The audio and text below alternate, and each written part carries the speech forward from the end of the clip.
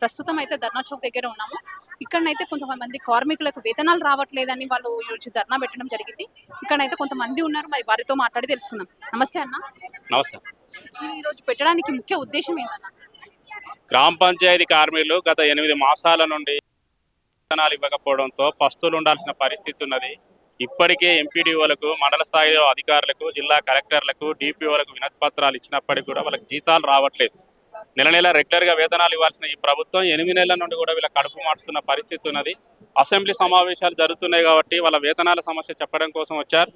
ఎన్నికల మేనిఫెస్టోలో ఈ ప్రభుత్వం చెప్పేది, మేము అధికారంలోకి వస్తే మిమ్మల్ని పర్మినెంట్ చేస్తామని, వేతనాలు పెంచుతామని, ఉద్యోగ భద్రత కల్పిస్తామని అనేక హామీలు ఎన్నికల మేనిఫెస్టోలో పెట్టారు. కనీసం ఆ హామీల అమలు గురించి ఈ ప్రభుత్వాన్ని అడగడం కోసం ప్రధానంగా వెంటనే పెండింగ్ వేతనాలు చెల్లించాలని చెప్పేసి ప్రభుత్వానికి తెలియజేయడం కోసం రావడం అనేది జరిగింది. ఇప్పటికీ ఈ ప్రభుత్వం ప్రజాపాలన ఇవాళ ప్రజాప్రభుత్వం అని చెప్పుకుంటున్నది. ఇవాళ ప్రజాప్రభుత్వం అని చెప్పుకుంటున్న ఈ ప్రభుత్వం ముఖ్యమంత్రి రేవంత్ రెడ్డి గారికి యూనియన్ తరఫున మెమోరాండాలు ఇచ్చారు, మంత్రి సీతక్క గారికి ఇచ్చారు. మండలాల్లో అలాగే నియోజకవర్గాల్లో ఆయా నియోజకవర్గాలకు సంబంధించినప్పుడు పర్యటనలకు వచ్చినప్పుడు మంత్రులకు, అధికారులకు వినతి పత్రాలు ఇచ్చి ఈ సంవత్సర కాలంలో అనేక సందర్భాల్లో కలిసి చెప్పినప్పటికీ కూడా కనీసం ఈ ప్రభుత్వంలో చలనం లేదు. ఇవాళ గ్రామ పంచాయతీ కార్మికుల పట్ల ఈ ప్రభుత్వం అత్యంత దారుణంగా వ్యవహరిస్తున్నది. తెలంగాణ రాష్ట్రంలో కాంగ్రెస్ పార్టీ అధికారంలోకి వచ్చిన తర్వాత అనేక ప్రమాదాలకు గురై గ్రామ పంచాయతీ కార్మికులు మరణించడమే కాదు, ఆత్మహత్యలు చేసుకొని చనిపోతున్న పరిస్థితి ఉన్నది. ఇవాళ అప్పులు చేసుకొని వాళ్ళ కుటుంబాలను పోషించుకోలేని పరిస్థితిలో ఇవాళ అలమటిస్తున్న పరిస్థితి ఉన్నది.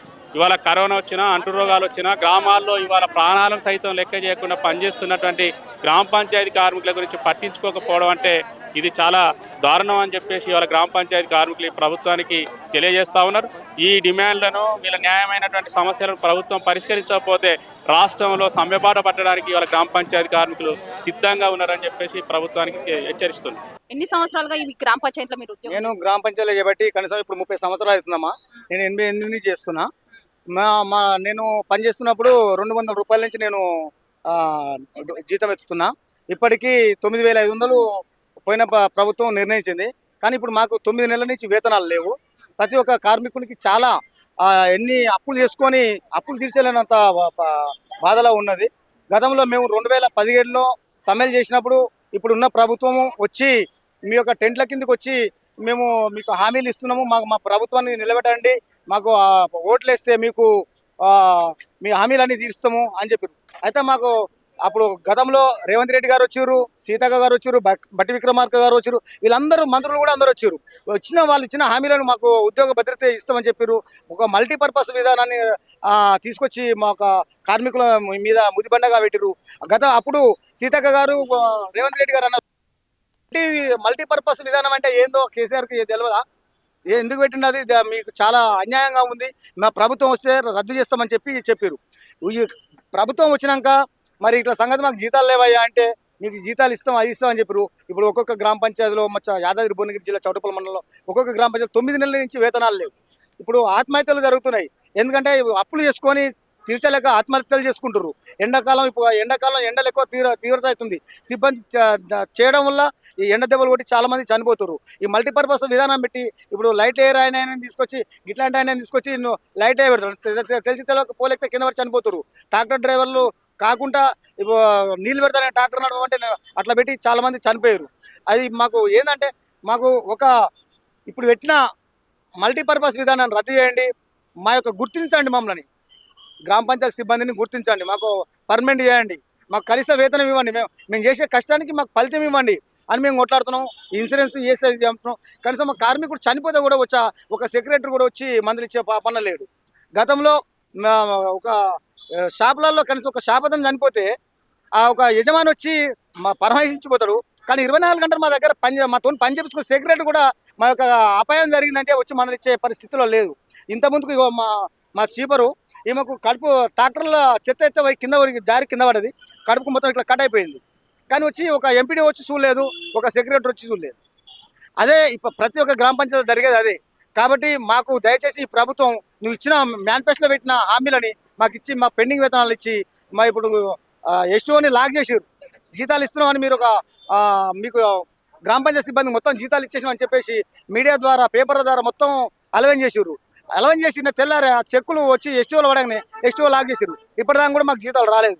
వచ్చిన పేరు ఇచ్చినమని పేరు వరకే కానీ మా చేతి వరకు ఇప్పటిదాకా రాలేదు. జీతాలు లేక చాలా మంది ఇబ్బంది పడుతున్నాము. ఇప్పుడు ఇంత ముందుకు మీరు గతంలో చేసిన ప్రభుత్వం చేసిన తప్పు మీరు చేయకండి.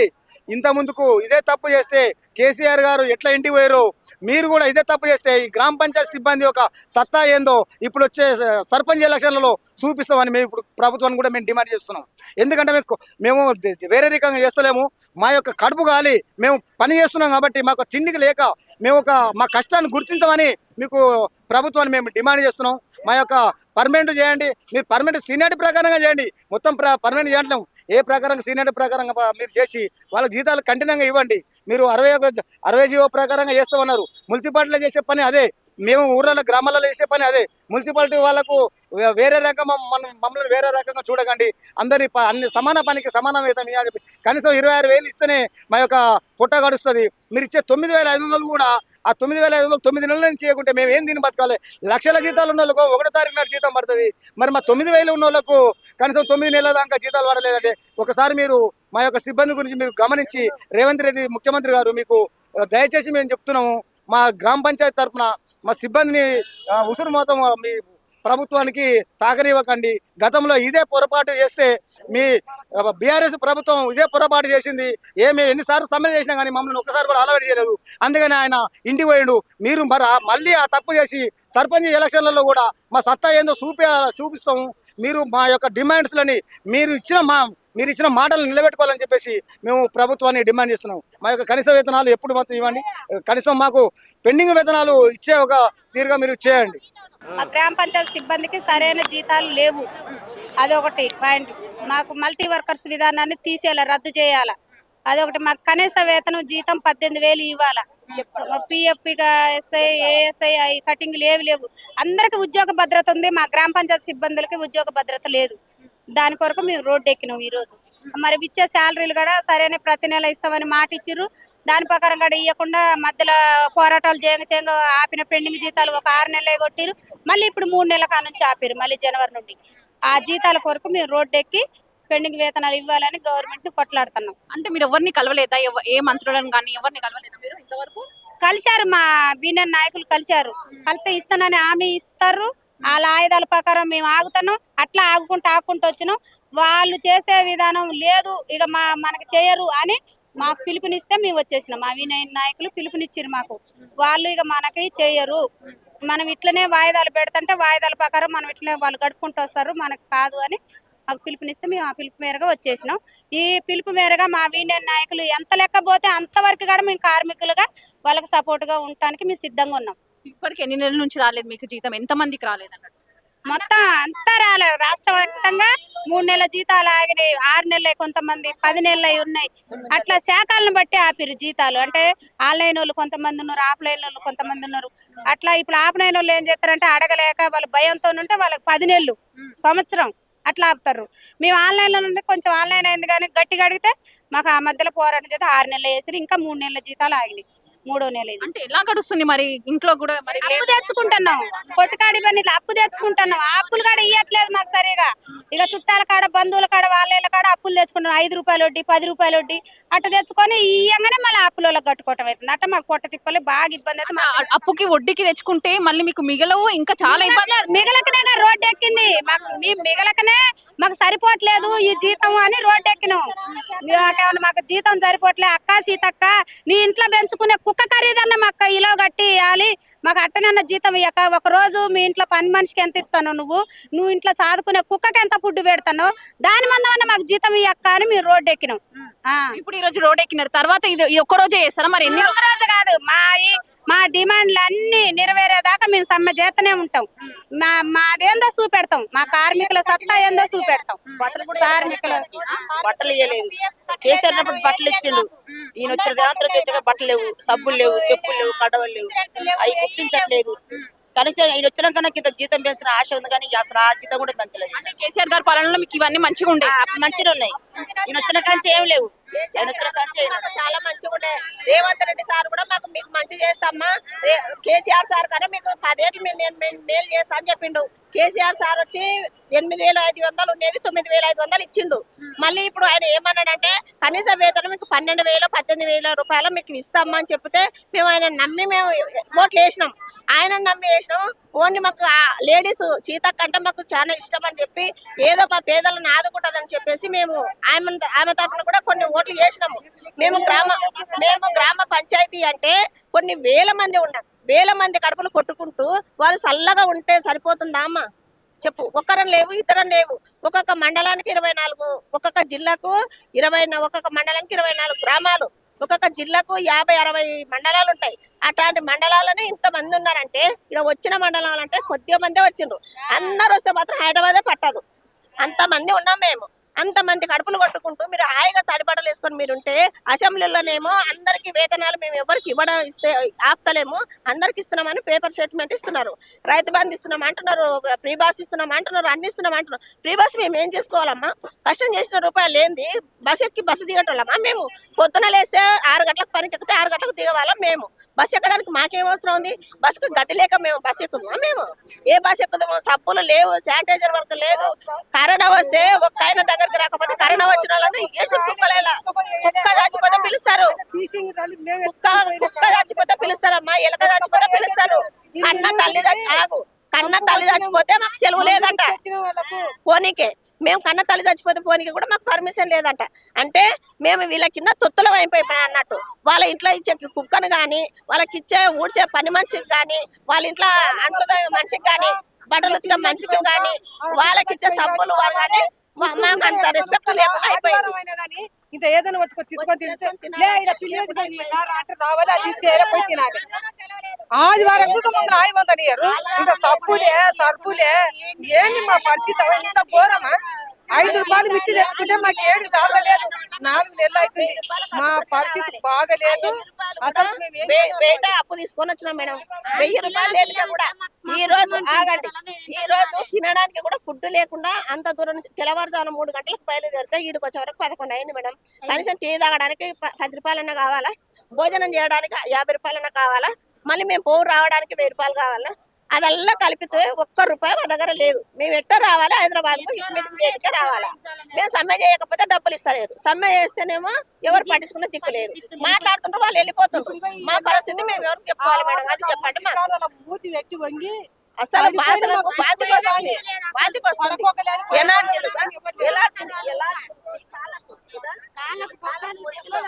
పెట్టి ఎలాంటి వస్తుంది, మురుకులలో పెట్టి ఎలాంటి వస్తుంది, చేతులకు కాళ్ళకు అన్నిటికీ కలిపి చేతులు అట్లా పీకుకొచ్చిండే. హాస్పిటల్ వాడి గ్లూకోజ్ పెట్టించుకొని మా పానాలు మేము బాగా చేసుకున్నాం. ఒక్క గవర్నమెంట్ వచ్చి అమ్మ మీకు ఇస్తాం, చూపిస్తాం అన్న పాపన పోలే.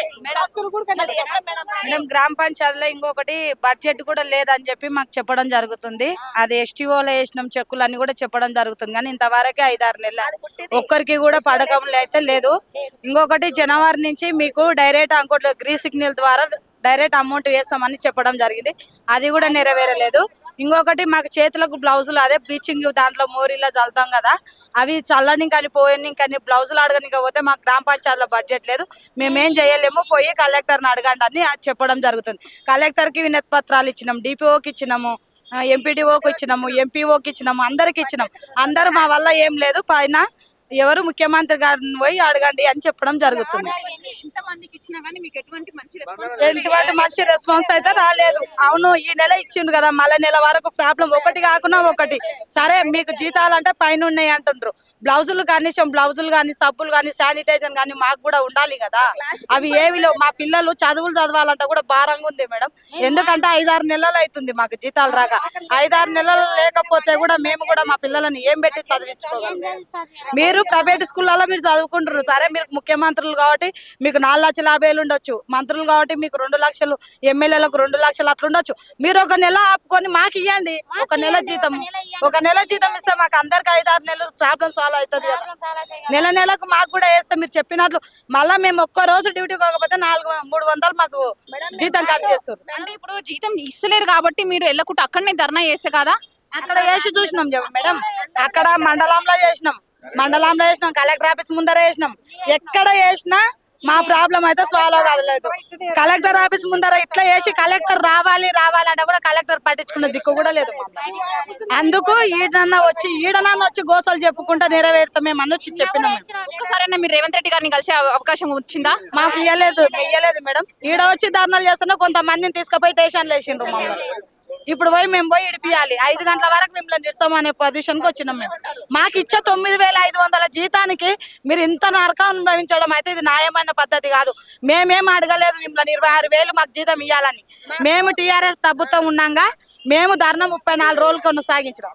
34 రోజులు కొనసాగించినప్పుడు ఆ ధర్నాగాడికి వచ్చి మీరే చెప్పిండ్రు, ఎవరు మంత్రులు కానీ చిన్నారెడ్డి గాని మీరే మా దగ్గరకు వచ్చి టెంటుల దగ్గరకు వచ్చి మీరు జీతం అడుగుతున్నారు కదా, టీఆర్ఎస్ ఇస్తలేదు కదా, అవి న్యాయమైన డిమాండ్లే, కరెక్టే మీరు అడిగేది, మేము అధికారంలోకి వస్తే మీకు 26,000 ఇస్తాం అని చెప్పి ఒప్పుకొని పోయినరు మా దగ్గరికి.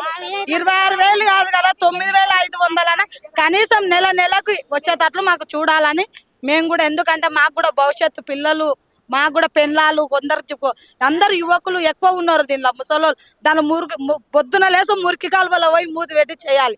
మార్క్సులు లేవు, కుక్క చచ్చిపోతే ఈడ మనిషి చచ్చిపోతే కూడా అనాథాశ్రమంలో కూడా మేము లేకపోతే దిక్కులేదు. కరోనా టైంలో ఎవరు పట్టించుకోకపోతే కూడా మేము చేస్తేనే అయినాయి అన్ని. మీరు ఇళ్లలో మీ పిల్లలు అద్దాల మేడలో ఉంటే మేము పోయి మీకు ఫుడ్ పంచినాం. అదొక్కటి గమనించి అదొక్కటి దయచేసి ఆయన నెలకి గ్రీన్ సిగ్నల్ ద్వారా జీతాలు వేస్తున్నాడు కదా, అదొక్కటి నెరవేర్చమని చెప్పండి. అదొక్కటి ఏంటికంటే మా కోసం కూడా చూడమనండి మేడం. ఎందుకంటే మేము కూడా బికార్లమే కదా, ఒక చిన్న కుటుంబం వల్లమే కదా, మీలాగా మేము ఏసీలలో ఉండాలి, ఎండలో ఉంటున్నాం. అందుకు క్లౌతులు ఇయ్యలే, ఒక అమాయకుడు చచ్చిపోతే మూతలకు మాత్రం కట్టుకొని గుంతలు తీసుకపోయి జేజీ తీసుకపోయి గుంతలు దానం చేసి బండిని ఎక్కిపోయి దానం చేసి వచ్చినాం. మా పిల్లలు కనీసం ఆదురుకొని, మా పిల్లలు చిన్న పిల్లలు మేడం, కనీసం ఇంట్లోకి రాయలేదు మేడం మా పిల్లలు. మా పరిస్థితి కలెక్టర్ వస్తున్నాడు అంటే మేమే బాజులు ఉడసాలి, మేమే ముక్కు పోయాలి, మేమే తెట్టేయాలి, మేమే కుర్చీలు వేయాలి, మేమే అన్ని చేయాలి మేడం. మళ్ళీ వాళ్ళు గన్మెన్లతో సహా వచ్చి మళ్ళీ రిటర్న్ పోయే వరకు 10 గంటల రాత్రి 10 గంటల వరకు సారులు ఇల్లు చేరుకున్నంత వరకు టెంట్ తీయాలి, కుర్చీలు తీయాలి, అన్ని తీసి పెట్టినాక మాకు కనీసం భోజనం కూడా పెట్టారు. ఒకరోజు టీ కూడా అయ్యారు. వేతన కనీసం 300-200 కూలి కూడా ఇచ్చిపోదామని అన్నారు. అంత కష్టపడుతున్నాం మేమే గుర్తులేకపోతే లక్షలు జాబ్ చేసేటోళ్ళకు వాళ్ళకి ఎందుకు గుర్తొస్తున్నారు మేడం? మళ్ళీ మేము ఎందుకు గుర్తొస్తలేము అని. అదే సీతకు వందనాలు మేడం. మా దయ వలన మా లేడీస్ కాబట్టి ఆమె మమ్మల్ని ఆదరించుకుంటుందని మేము ప్రయత్నిస్తున్నాం మేడం. అంతే, మాకు మా లేడీస్ కాబట్టి మా లేడీస్ బాధలు అర్థం చేసుకుంటుందని ఆమెకు 10,000 వందనాలు చెప్పుకుంటూ సెలవు తీసుకుంటున్నాం మేడం. మీకు వస్తుందమ్మా? ఎన్ని నెలల నుంచి రావట్లేదు మీకు జీతం? మాకు కూడా వస్తలేదు మేడం. ఒకటే గ్రామ పంచాయతీ మాది అంతా 9 నెలల సంది వస్తలేదు. 9 నెలల నుంచి వస్తలేదు. వస్తలేదు, జీతం వస్తలేదు. మస్తు కష్టం అవుతుంది మాకు. పిల్లలు ఇంటికాడ, నాకు భర్త లేడు, పని చేసుకోలే, ఇంటికి పోయాడ ఏం తెచ్చుకొని బాకి తెచ్చుకున్న వాళ్ళు అడుగుతుండేరి. ఈడ జీతాలు వస్తలేవా, బాధ కొరకే ఇంత దూరం వచ్చినాం మేడం. చౌటుపల్లి మండలం. అంటే ఇంతవరకు ఎవరిని పెద్దవాళ్ళని కలవలేదా? మంత్రులను కానీ ఎవరిని? మస్తు కలిసినాం మేడం. కలిసిన వాళ్ళు కూడా ఇట్లనే చెప్తుర్రు. ఇక అందరు ఇవి వస్తుందమ్మా, ఈ నెల వస్తుందంట, వచ్చే నెల వస్తుందంట, చూద్దాం అంటే ఇప్పుడు 9 నెలల సంది మేము ఇంట్లోనే గడుపుతున్నాం. ఆడేడు ఆడుకొచ్చుకొని తిన్నట్టు ఉన్నట్టు చేసినట్టు మళ్ళీ పని కంట్రీగా చేస్తూనే ఉన్నాం. పని గ్రామ పంచాయతీ ఇప్పుడు పైపులు వాళ్ళు కానీ నీళ్లు కానీ అది ఏది అయినా అని మంచి పని చేస్తున్నాం మేడం. చేసినా కూడా మాకేం ఫలితం లేదు. మాకు మస్తు బాధ అయ్యాయి. ఇలా కడుపు కట్టుకొని ఇప్పుడు అన్నాలు తినకుండా ఇంత తిని పొద్దున తిని ఇట్లా వెళ్ళినాం. 7 గంటే అడిగి ఓడి అవుతుంది. మాకు మస్తు ఇబ్బంది. గవర్నమెంట్కి ఏం చెప్తారు? ఏం చెప్తాం మేడం, మాకు ఆ అమ్ని ఇచ్చిన ప్రకారంగా మాకు అమలు చేయాలి, జీతాలు ఇవ్వాలి. పర్మనెంట్ చేస్తాను. ఇప్పుడు నేను చేయబట్టి 26 సంవత్సరాలు అవుతుంది మేడం. మా భర్త ఉన్నప్పటి సంది ఆయన బాగాలేకుండే, ఆయన చేసింది, చనిపోయినాక నేనే ఇక నీళ్ళు పెట్టేది. అప్పటి సంది ఇప్పటిదాకా చేస్తూనే ఉన్నా కానీ ఏం ఫలితం లేదు. చేయాలన్నా వద్దా అని బాధ ఒకసారి అవుతుంది, చేయాలని ఒకసారి అనిపిస్తుంది, వద్దా అని ఒకసారి అనిపిస్తుంది మేడం. మస్తు బాధ ఉంది నాకైతే, మస్తు కష్టం ఉంది మా ఊళ్ళే. అట్లా మేడం అన్నీ అమలు చేసి మాకు ఆయన పిలిచిన పిలుపు ఎట్లా పిలిచి పలికిండో ఆ పిలుపు మాకు ఇవ్వాలని మేము కోరిని వాళ్ళకు ధన్యవాదాలు చెప్తాము. మాకు పర్మనెంట్ ఎట్లా సీనియర్ పక్కంగా పర్మనెంట్ చేస్తా అని కూడా ఒప్పుకున్నాడు, హామీని తీసుకున్నాడు. ఆయన ఇచ్చినట్టుగా మాకు ఇవ్వాలని ఇప్పటిదాకా కూడా కొట్లాడడం జరిగింది మేడం. అంతవరకు మాకు